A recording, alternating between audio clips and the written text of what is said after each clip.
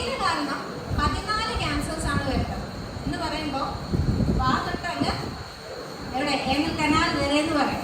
ശരീരത്തിൽ ഏകദേശം എല്ലാം തന്നെ ഓൾമോസ്റ്റ് ആയിട്ടുണ്ടാവും. നെക്സ്റ്റ് മദ്യപാനം കാരണം 8 ക്യാൻസേഴ്സ് ആണ് വരുന്നത്. ഇനി പുകയില മദ്യപാന ശീലം രണ്ടും ഉള്ളവർക്ക് ക്യാൻസർ വരാനുള്ള സാധ്യത എത്രയാണെന്നറിയാം? എത്ര ഇരട്ടിയായിരിക്കും? 2 ഇരട്ടി അല്ലെ? രണ്ടും കൂടെ വന്നില്ലേ? 2 ഇരട്ടി, 8 ഇരട്ടി എന്നാണ് പറയുന്നത്. ഈ 2 ശീലവും ഉണ്ടെങ്കിൽ ക്യാൻസർ വരാനുള്ള സാധ്യത 2 ഇരട്ടിയല്ല, അത് 8 ഇരട്ടിയായിട്ട് കൂടും. ഇനി ഫസ്റ്റ് നമുക്ക് അങ്ങോട്ട് പോവാം. സെഡൻഡറി ലൈഫ് സ്റ്റൈലാണ് ഉദ്ദേശിക്കുന്നത്.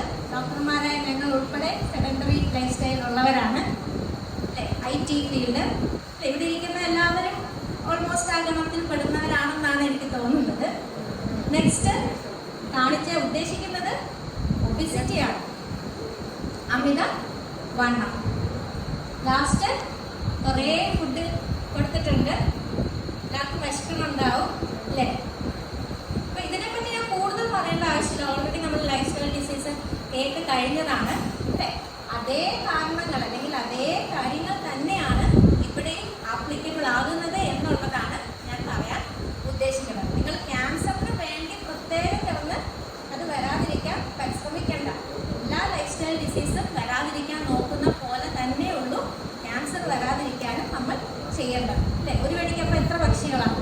2 ഒന്നുമല്ല അല്ലേ? ഇഷ്ടംപോലെ പക്ഷികൾ. നെക്സ്റ്റ് ഇതെന്താ?